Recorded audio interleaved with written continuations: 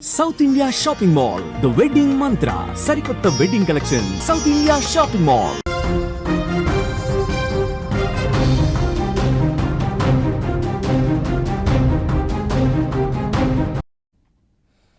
War zone breaking చూస్తున్నాం. Russia యుక్రెయిన్కి సంబంధించిన వార్కు సంబంధించిన లేటెస్ట్ అప్డేట్స్ మనం చూస్తున్నాం.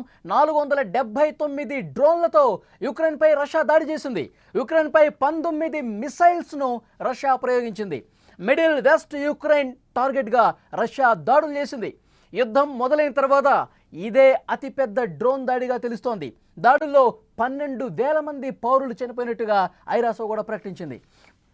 యుక్రెయిన్ అధికారికంగా ప్రకటన చేసింది 12,000 మంది పౌరులు ఈ యుద్ధం కారణంగా చనిపోయినట్టుగా చెప్తుంది. కానీ రష్యా మాత్రం దీన్ని ధృవీకరించట్లేదు. మేము కేవలం సైనిక స్థావరాల మీదే దాడులు చేస్తున్నాం, సాధారణ పౌరుల మీద మేము దాడులు చేయట్లేదు అని చెప్పి చెప్తున్నప్పటికీ కూడా ఇటు ఐరాసా కావచ్చు, యుక్రెయిన్ కావచ్చు ఇస్తున్నటువంటి ఇన్ఫర్మేషన్ ఈ యుద్ధం ప్రారంభమైన తర్వాత ఈ 3 సంవత్సరాల్లో 12,000 మంది యుక్రెయిన్ పౌరులు చనిపోయారన్నట్టుగా తెలుస్తోంది. ఇక ఈ రష్యా యుక్రెయిన్ వార్ ఇప్పట్లో ఆగే పరిస్థితి లేదు. ఎప్పుడైతే యుక్రెయిన్ డ్రోన్లతో పెద్ద ఎత్తున దాడులు చేసిందో, 41 యుద్ధ విమానాలని ధ్వంసం చేసినటువంటి పరిస్థితి ఉందో, అప్పటి నుంచి కూడా రష్యా ప్రతీకారేచ్ఛతో రగిలిపోతున్నటువంటి పరిస్థితి ఉంది. ఈ 3 సంవత్సరాల కాలంలో రష్యా అతిపెద్ద డ్రోన్ దాడి చేసింది.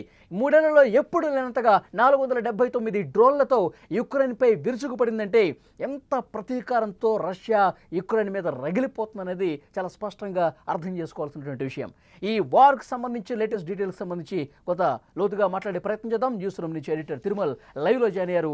తిరుమల్, రష్యా తాజాగా చేసినటువంటి దాడిని బట్టి మనకు చాలా స్పష్టంగా అర్థమవుతుంది ఎంత సీరియస్గా ఈ యుద్ధం మీద కాన్సన్ట్రేట్ ఇప్పుడు చేసింది అనేది. ఏం చెప్తారు మీరు? వలి 2 కనిపిస్తున్నాయి. పుతిన్ ఆలోచనలో 2 స్పష్టంగా కనిపిస్తున్నాయి. గడిచిన 3 రోజులుగా చూస్తుంటే ఇవాళ సోమవారం ఇవాళ కూడా రష్యా 479 డ్రోన్లు 19 మిసైల్ని ఉక్రెయిన్ పైకి పంపించింది. ఉక్రెయిన్ పై పంపించడం వల్ల వాటిని ఉక్రెయిన్ సమర్థవంతంగా తిప్పికొట్టామని చెప్తుంది. దాదాపు 460 డ్రోన్లని, బాంబులు మోసుకొచ్చిన డ్రోన్లని నేలకూల్చాం, 19 మిసైల్స్ని కూడా నేలకూల్చామని ఉక్రెయిన్ ప్రకటించింది కొద్దిసేపటి క్రితమే. అల్జజీరా ఈ వార్తని ఇప్పుడే రిపోర్ట్ చేసింది. ఒక రకంగా చూస్తే రష్యా 2 కోణాల్లో కనిపిస్తుంది. ఒకటి, మానవతా దృక్పథంతో కూడా రష్యా కనిపిస్తుంది. రష్యాలో మానవత్వం కూడా కనిపిస్తుంది. మొన్న జూన్ 2వ తేదీన ఇస్తాంబూల్లో జరిగిన చర్చల్లో ఒక ఒప్పందం కుదిరింది. ఏంటంటే యుద్ధ ఖైదీలని పరస్పరం ఎక్స్చేంజ్ చేసుకుందాం. రెండోది వచ్చేసి యుద్ధంలో మరణించిన వీరుల మృతదేహాల్ని కూడా పరస్పరం ఎక్స్చేంజ్ చేసుకుందామని. ఈ ఒప్పందానికి రష్యా కట్టుబడి ఉందని పుతిన్ నిన్న ప్రకటించారు. ఇవాళ ఉదయాన్నే ఆ డెడ్ బాడీస్ కావచ్చు, యుద్ధ ఖైదీలు, గాయపడ్డ యుద్ధ ఖైదీలని తీసుకొచ్చి బార్డర్ దగ్గర ఎక్స్చేంజ్ కోసం ప్రయత్నాలు చేశారు. అయితే కొంత ఎక్స్చేంజ్ జరిగింది, జరగలేదని కాదు. ఇటు ఎక్స్చేంజ్ ఉదయం అయితే జరిగింది. ఉక్రెయిన్కి సంబంధించిన యుద్ధ ఖైదీల్ని అప్పగించినట్టు జెలెన్స్కీ తన ట్వీట్ చేశారు. భవిష్యత్తులో కూడా ఇటువంటి ఎక్స్చేంజ్లు జరగాలని కోరుకుంటున్నాం. అంతేకాదు రష్యాతో పూర్తి స్థాయి సీజ్ ఫైర్ ఒప్పందం కావాలి, దీనికి డొనాల్డ్ ట్రంప్ సపోర్ట్ చేయాలని కూడా ఇవాళ జెలెన్స్కీ తన ట్వీట్ టెలిగ్రామ్లో ఆయన కొంత మెసేజ్ పంపించారు. అయితే పుతిన్ మాత్రం చాలా స్పష్టంగా ఉన్నట్టుగా తెలుస్తోంది. ఏదైతే ఆపరేషన్ స్పైడర్ వెబ్ ఉందో దానిపైన ఇంకా ప్రతీకారం తీరలేదు అనే ధోరణితో కనిపిస్తున్నారు పుతిన్ చాలా స్పష్టంగా. ఎందుకంటే ఉక్రెయిన్ తమ భూభాగంలోకి వచ్చి ఉగ్రవాద చర్యకి పాల్పడ్డది, దొంగ దెబ్బ కొట్టింది, మా దగ్గరకు వచ్చి మా భూభాగంలో మేము అటువంటి నీతిమాలిన పనులు చేయలేదు అని పుతిన్ అప్పట్లో ట్రంప్కి ఏదో తేల్చి చెప్పారు. దానికి ప్రతీకారం తీర్చుకుంటామని చెప్పారు. నిన్న కూడా 2 రోజుల క్రితం కూడా నిన్న కూడా ఉక్రెయిన్ రష్యాలో మరో 5 వైమానిక స్థావరాలు వాళ్ళ ఏదైతే ఈ ఆయిల్ రిజర్వ్డ్ ప్లేస్లు ఉంటాయి కదా, ఏది మన క్రూడ్ ఆయిల్ రిజర్వ్ ప్లేస్ల పైన కూడా దాడి చేసింది, డ్రోన్ దాడి చేసింది ఉక్రెయిన్. అటు దాడులు చేస్తూనే ఇటు శాంతి చర్చలు కావాలంటుంది. ఉక్రెయిన్ అటు బాంబులు వేస్తూనే ఇటు మమ్మల్ని కాపాడండి అని ప్రపంచాన్ని అడుగుతుంది. ఉక్రెయిన్ అక్కడ రక్తపాతాన్ని సృష్టిస్తూనే, అంటే రష్యా పైన అటాకులు చేస్తూనే ప్రపంచ దేశాలు, యూరప్ కావచ్చు లేకపోతే అమెరికా కావచ్చు, మాకు మద్దతు ఇవ్వాలని కోరుకుంటుంది. రష్యా కూడా ఆల్మోస్ట్ ప్రతీకార దాడులకు దిగిపోతుంది. ఉక్రెయిన్ దాడి చేసిన ప్రతిసారి రివర్స్ అటాక్ చేయబోతుంది. నిన్న ఉక్రెయిన్ మొన్న వీళ్ళ ఆయిల్ స్థావరాలపైన లేకపోతే వీళ్ళ ఆయిల్ భాండాగారాలపైన దాడి చేస్తే ఇవాళ రష్యా ఎదురు దాడిలో భాగంగా, ప్రతీకార దాడిలో భాగంగా 479 అధునాతన డ్రోన్లతో బాంబుల వర్షం కురిపించే ప్రయత్నం చేసింది. దీన్ని ఉక్రెయిన్ డిఫెండ్ చేయగలిగింది, ఆపగలిగింది. కానీ చాలా స్పష్టంగా రష్యా ఒక మెసేజ్ ఇస్తుంది ప్రపంచానికి. ఏంటంటే ఉక్రెయిన్ చేస్తున్న ఈ పనుల్ని ఆపాలి. ముందు ఉక్రెయిన్ అంటే ఈ దాడుల్ని దొంగ దెబ్బ కొట్టే ప్రయత్నాలు ఆపినప్పుడే చర్చల వైపు కానీ ఇంకో వైపు కానీ వెళ్ళే అవకాశం ఉన్నట్టుగా రష్యా భావిస్తున్నది. ఎప్పుడైతే శాంతి చర్చలు జరిపి 3 సంవత్సరాల కాలంగా జరుగుతున్న యుద్ధానికి ఎంతో కొంత ఎండ్ కార్డు పడే ఆలోచనలో ఉన్న సమయంలోనే ఆ శాంతి చర్చలకు ఒక్కరోజు ముందే అతిపెద్ద డ్రోన్ల దాడి చేసింది యుక్రెయిన్. సో ఇప్పుడు అందుకే ప్రతీకారంతో రగిలిపోతుంది. ప్రస్తుతం జరుగుతున్న పరిణామాలు చూస్తే శాంతి చర్చలు ఇప్పట్లో ఉండవు అని భావించాల్సిన అవసరం ఉందా? ప్రతీకారం పూర్తిగా తీర్చుకున్న తర్వాతే శాంతి చర్చలు జరపాలన్న ఆలోచనలో పుతిన్ ఉన్నారా? ఎట్లా అర్థం చేసుకోవాలి? పుతిన్ ధోరణి అదే, రెండవ ధోరణిలో అదే చెప్తుంది. పుతిన్ ఏదైతే చెప్పాడో జూన్ 2వ తేదీన జరిగిన ఒప్పందం ప్రకారం మేము ఎక్స్చేంజ్కి వచ్చాము, ఎక్స్చేంజ్ చేసుకున్నాం ఇవాళ చెప్తున్నారు. పుతిన్ మానవతా ధోరణిలో చాలా స్పష్టంగా కనిపిస్తున్నాడు. కానీ జెలెన్స్కీ ఏం చెప్తున్నాడంటే మొత్తం 2022 నుంచి ఇప్పటి వరకు రష్యా మా సివిలియన్స్ని దాదాపు 12,000 మంది మా అమాయకమైన మా ఉక్రెయిన్ పౌరులని చంపేసింది రష్యాని బదనాం చేసే ప్రయత్నం చేస్తున్నాడు జెలెన్స్కీ. ఎందుకంటే యూరప్ దేశాల మద్దతు ఉంది జెలెన్స్కీకి. అటు బదనాం చేసే ప్రయత్నం చేస్తూనే ఉక్రెయిన్ పైన మళ్ళీ మెరుపు దాడులు చేస్తాడు. ఈసారి రష్యా కూడా అటువంటి ప్రయోగమే చేసింది. నిన్న వచ్చిన డ్రోన్స్ అంటే సోమవారం అంటే ఆదివారం అర్ధరాత్రి వచ్చిన ఈ డ్రోన్స్ అన్నీ అని చెప్పేసి రష్యా కూడా ధృవీకరించింది. రష్యా చాలా స్పష్టంగా చెప్పింది ఉక్రెయిన్ పైన దాడికి మేము డ్రోన్లను పంపించామని. ఉక్రెయిన్ కూడా దాన్ని ధృవీకరించింది, మేము పడగొట్టామని చెప్పేసి. మొత్తానికైతే వార్ నడుస్తుంది. పుతిన్ బిహేవియర్లో కొంత శాంతియుతమైన పరిస్థితులు కనిపిస్తున్నట్టుగా ప్రపంచ విశ్లేషకులు చెప్తున్నారు.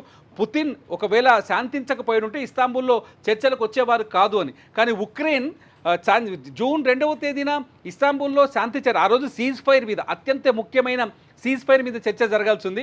చర్చకు ముందు రష్యా భూభాగంలోకి వెళ్ళి దాడి చేయడంతో ఆ చర్చలు అప్పటికి డిస్టర్బ్ అయ్యాయి. ఈ చర్చలు ఇప్పట్లో అంటే శాంతి చర్చలు ఇప్పట్లో జరగబోవేమో అని ట్రంప్ కూడా కొంత ఆందోళన వ్యక్తం చేశారు ఎప్పుడు పుతిన్తో మాట్లాడిన తర్వాత. సిచ్యువేషన్ చూస్తుంటే ఇప్పట్లో మళ్ళీ ఎవరో ఒకరు కలగజేసుకోవాల్సిన అవసరం అయితే ఏర్పడుతుంది. యూరప్ దేశాలు కలగజేసుకుంటాయా, మళ్ళీ అమెరికా కలగజేసుకుంటుందా, లేకపోతే చైనా ఇందులోకి వస్తుందా? ఎవరో ఒకరు కలగజేసుకుంటే ఇది మళ్ళీ చర్చల వైపు వెళ్ళే అవకాశం ఉంది.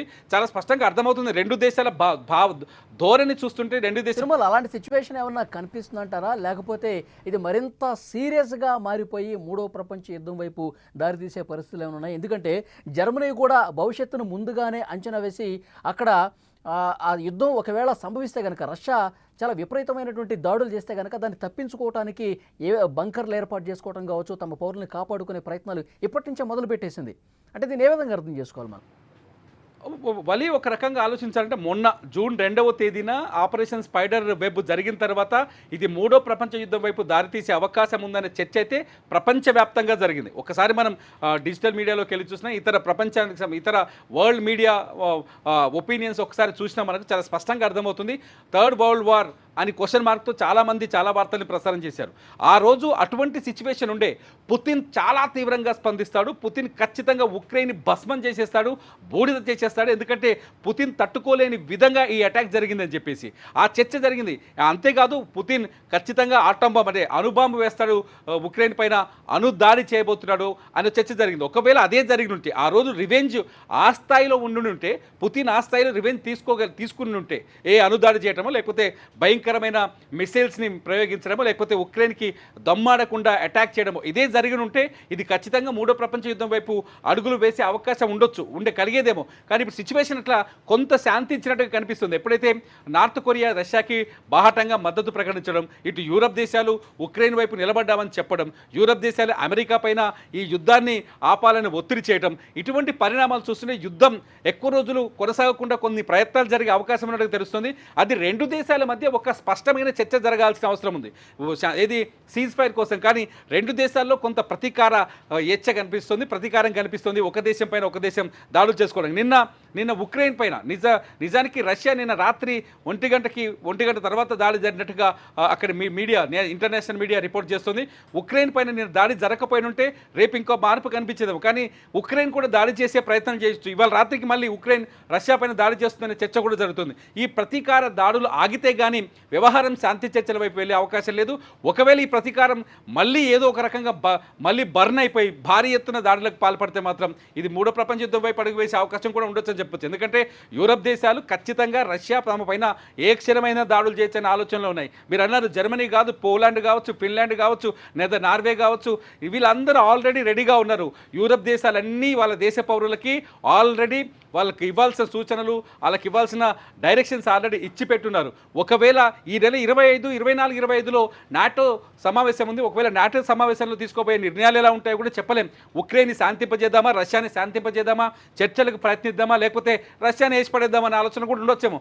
ఒకవేళ నాటో దేశాలు కనుక ఉక్రెయిన్ వైపు నిలబడి మద్దతు ఇస్తే ఖచ్చితంగా ఇది మూడో ప్రపంచ యుద్ధం వైపు అడుగు తీసే అవకాశం లేకపోలేదేమో. అట్లా అనిపిస్తుంది సిచ్యువేషన్ చూస్తే. ఓకే, సో చూద్దాం తిరుమల. మొత్తానికైతే పరిస్థితులు చాలా సీరియస్గానే కనిపిస్తున్నాయి. ప్రతీకారంతో రష్యా రగిలిపోతూ యుక్రెయిన్ మీద దాడులు చేస్తున్న పరిస్థితుంది. 479 డ్రోన్లతో తాజాగా దాడి చేసిన పరిస్థితి. అంటే 19 మిసైల్స్తో 3 సంవత్సరాల కాలంలో యుద్ధం ప్రారంభమైన దగ్గర నుంచి ఇప్పటి వరకు కూడా ఈ స్థాయిలో ఇంత భీకరమైనటువంటి దాడి రష్యా నుంచి రాలేదు. అంటే గనక ఇప్పుడు వచ్చిందంటే గనక యుక్రెయిన్ మీద ప్రతీకారం తీర్చుకుంటోంది.